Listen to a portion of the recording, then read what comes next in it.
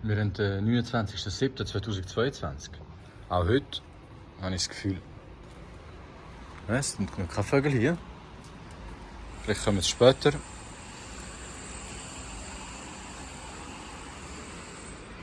Ich denke, ich bin gegen den Mittag wieder zurück.